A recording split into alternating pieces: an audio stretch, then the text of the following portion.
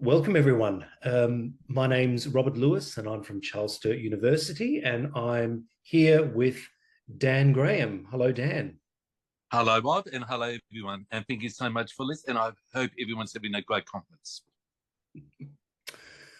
So, this presentation is titled Safe Spaces, Authentic Voices, and it's led by myself and Dan Graham. Now, over to you, Dan. A little bit about yourself, your background, what you've done, and also your background in terms of education to briefly introduce yourself. And Bob does stress briefly because knowing me, we could be here forever. I'm actually a theatre director based here in Sydney, Australia. And I'm actually been in the performing arts, I like to say, for just a bit over a decade. And along with being a theatre director, I have my master's in theatre directing, and it's how I met Rob, and we're obviously going to be coming to the conversation. I realised quite early on in my career, there wasn't much acknowledgement or appreciation for professional performing artists who are neurodiverse. So I always say I wear two hats, one of a theatre director and then another of an arts access consultant. And as someone who identifies as neurodiverse, both of them are of equal importance to me. And I think it's very important the work that Rob and I have been doing and are continuing to do, and work that I am doing, which we will discuss through this seminar. So, yeah. Thank you, Dan. And a little bit about myself. My background is in performing arts, in theatre, and I completed a postgraduate in voice studies from NIDA. So I'm a qualified voice and speech teacher, and also completed a PhD in voice and movement training. I'm a teacher, writer, director. And here are some examples of some productions that I was involved with in relation to applied theatre, particularly for mental health and performance, and health and performance applied theatre projects. Now, a little bit of a background on how Dan and I came to working together. Due to minimal support from disability services, Dan and I consulted during and outside of classes to develop a way of working. So Dan was a student of mine almost 2 decades ago as a master's student, and I was his supervisor. What we found was that the current assessment rubrics were not inclusive. The expectations were not inclusive, and tasks were not inclusive, and the general structures were not in place. So something needed to be done to accommodate for Dan's educational journey. Not only that, but also carving away, creating new pathways for other students who were neurodiverse at that time. Various approaches were tried out. Symbols and images in texts and scripts, which are not necessarily a new thing, but definitely helped Dan along his journey. So, for example, an eye meaning an eye contact, or a dash, a change of thought after each punctuation point, or circling or putting a coloured square around nouns, verbs, and adjectives. Dan, would you like to share some of your experiences in this sort of work? I would, Rob. As Rob said, I think it's very interesting that neurodiversity as a term, as we know, was basically coined in the 90s, but neurodiversity has been around forever and a day. But I think it's very distressing that basically in my time, as Rob said, close to 20 years, and I would argue that unfortunately it's still the case to a great degree, students who identify as neurodiverse are uniformly not being provided the academic support they necessarily need or should receive. And I always say to Rob, and this whole project that we're going to discuss, that I actually was applied for a disability fellowship, for a better word, through Creative Australia, which is our national arts funding body, to actually do the project which we're going to discuss, to actually show the performing arts in Australia. And my goal is, via this conference and other things, including a Churchill Fellowship, which if you want to bid up later on, Rob, which is on the same issue, to show the performing arts sector that there are many students who are neurodiverse. In one drama school who I interviewed as part of my Churchill Fellowship, I was and this is in the US, I was informed at least 10% of their students are publicly neurodiverse, and they are pretty sure it's closer to 25% of their students who are neurodivergent, neurodiverse. And it was very important to me to show that basically, if I can be blunt about it, it's not just me, and it's not just the 10 people who we're going to discuss in terms of interviews for the project that Wob and I have been supported to do a book on, based on interviews with Australian professionals in the performing arts who are neurodiverse, to show basically it doesn't have to be big things. It can be little strategies, as Wob has just disclosed here, that can actually not just be of assistance to the student or the future arts practitioner, but also to show that basically, that I hate the term superpower, but, it basically, I would argue that a lot of my neurodiversity does make me a better artist. So it can only, I would hope, ultimately, if we are to go on this journey together, and obviously those attending the conference will understand where Robin and I are coming from, to show that basically the work that we are doing cannot just help the neurodiverse individual, but it can help the sector as a whole and create more opportunities and more talent, if that makes sense, for the performing arts. Absolutely. So in terms of submissions of final works, it was important to diversify submission methods. So audio recordings, video recordings, charts, drawings, and individualized formatting, while maintaining the following, which is referencing, integrity, creativity, and individuality. And as an acting teacher, I've come to realize that a particular method of working, or whether it's an actor training method or a voice method, may not be inclusive, because you are trying to fit every artist, every student in one box, rather than encourage a diverse way of working in the rehearsal room floor, for example. So the adjustments that I've made is, throughout my career is taking pieces of my voice experiences, my movement training, and studio and theatre adjustments for performances and training, alternative script annotations, and being flexible with rubrics. And here we will discuss our major project that we are working on. So Dan is in Sydney and I'm down south in Melbourne.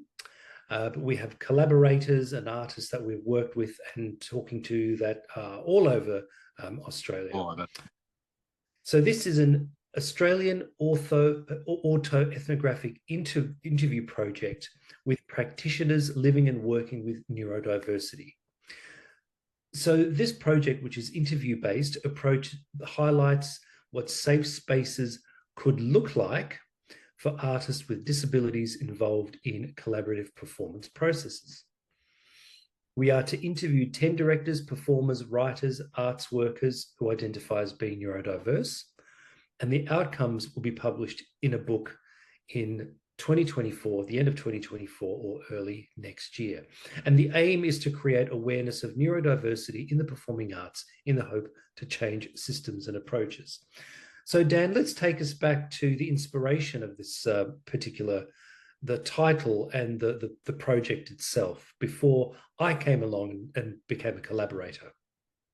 I would say basically what I was saying, Rob, in the sense that as someone who identifies as neurodivergent, it was very important to me, basically, I don't want to say growing up, but in my career up to recently, it has been quite at times, if I can be blunt, quite a lonely experience. And basically people, and I will say people in the performing arts, not as a whole, but there are people in the performing arts who don't understand if a person who's neurodiverse. And basically it's that thing is, and this is not trying to put my foot in it, but it isn't necessarily apparent to the naked eye. And it can be in some cases, but not always.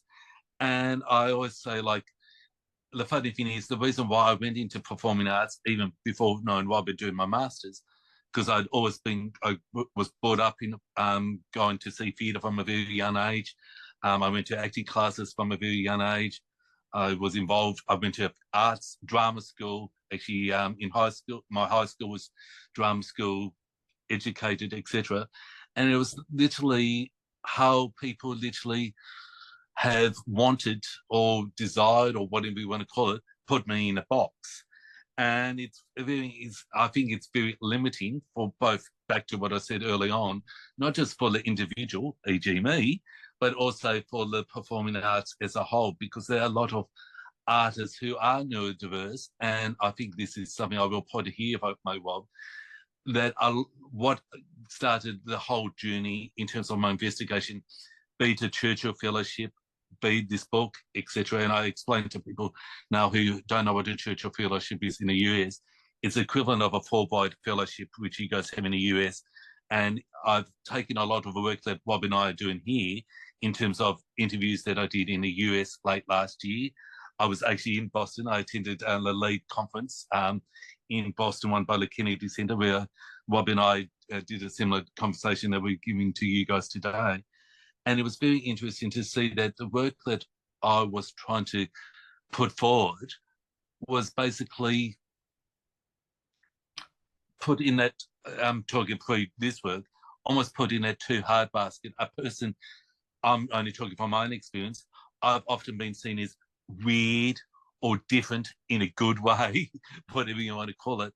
And I think it's very interesting that a lot of my neurodiversity, back to, again, what I said early on, does inform my work, maybe not directly. And I always say my work is not 100% neurodiverse related, but it does obviously inform how I see the world around me and in terms of the work that I'm attracted to. And yes, I have dealt with work that does deal with neurodiversity, but I think by showing the artists that Robin and I interviewed, these are professional artists here in Australia who are not defined by the neurodiversity, but it obviously does, what's the word I'm looking for? It does identify or help what the work is and the work they are interested in projecting. And I would hope that literally the work that showing in this book that we are doing, I would hope that basically it would not be a lonely experience, but it is sad to say, and I was just got sidetracked, my neurodiverse brain went into play there, in a sense that, number one, I have had, and this is again, through this whole journey, and it will continue, I'm sure, I've had two extremes. I'm a professional artist, and I would say this to people who are hearing us from America, there are some professional artists who are neurodivergent, who I know in Australia, who I know people in American performing arts scene will know, and I'm not going to give them by name, who have actually informed me if they were to identify as neurodiverse, they wouldn't get work. And this is only recently, this has just been said to me in the last year or two. On the other extreme, I've had recent grads from drama schools who've come to me, seen me having a career for 10 years, and asked, seeking my advice how to be oneself who's neurodivergent in the performing arts out of drama school, because they have not felt supported both in terms of the support we're talking here, emotionally and physically. So, yeah. So the questions we ask the artists are, first of all, what advice would you give other neurodiverse artists out there who are early in their career or just starting out? This question is amongst many questions that we had planned, but the answers were very, very diverse. So, for example, and just cherry picking some very key points here, Christopher Bryant, who's a playwright and performer, clearly stated that it's about finding your tribe and finding the right people who will vibe with your work, but also people who support them. So Christopher's philosophy is that you should really stick to the people who understand you, who know what you're going through, and who accept you. Daniel R. Nixon, who is an actor, clearly stated that you need to be bold, be brave, and unapologetically you. So don't be someone that you are not. You need to be comfortable with who you are. Oliver Hetherington Page, who's a writer, director, actor, disability arts advocate, can only say what worked for them. They went to the theatre all the time. They would be engrossed in the theatre experience. However, what they said is that you need to get training. You need to go to a university or an institution that teaches acting and performance and get used to the rigor of that. Ren Soggy, who's an arts manager, producer, and a cultural leader, felt that they don't feel like that they can give advice at this point in time because they haven't come to terms with their own narrative, and it's a work in progress for them. Ryan Ennis, who's a writer, actor, and also a voiceover artist, and who recently won a national award for his play Drizzle Boy, which was staged last year in Brisbane, says, don't give up. In an industry where you've been told no, no, no all the time, you may feel a little bit despondent, but you should not give up. You need to keep going. And also, he stated that you need to be open and generous and don't allow yourself to be stung and hurt by this bad old world. Marissa Sirocca, who's a musician, singer, and an actor, said that they weren't expecting to be like they didn't plan to talk about it or mention as much as they do. But, you know, it's about being honest as well, being honest and open and upfront. So in terms of support, those examples, and that's a snippet of the people that we've interviewed. We do have a couple of more interviews to go. In terms of support, some artists felt that they didn't get support, whether it's a tertiary level or even working in the industry, while some artists felt that they were really finding their tribe and they really did get a lot of support when they were in their company or their performance troupe as such.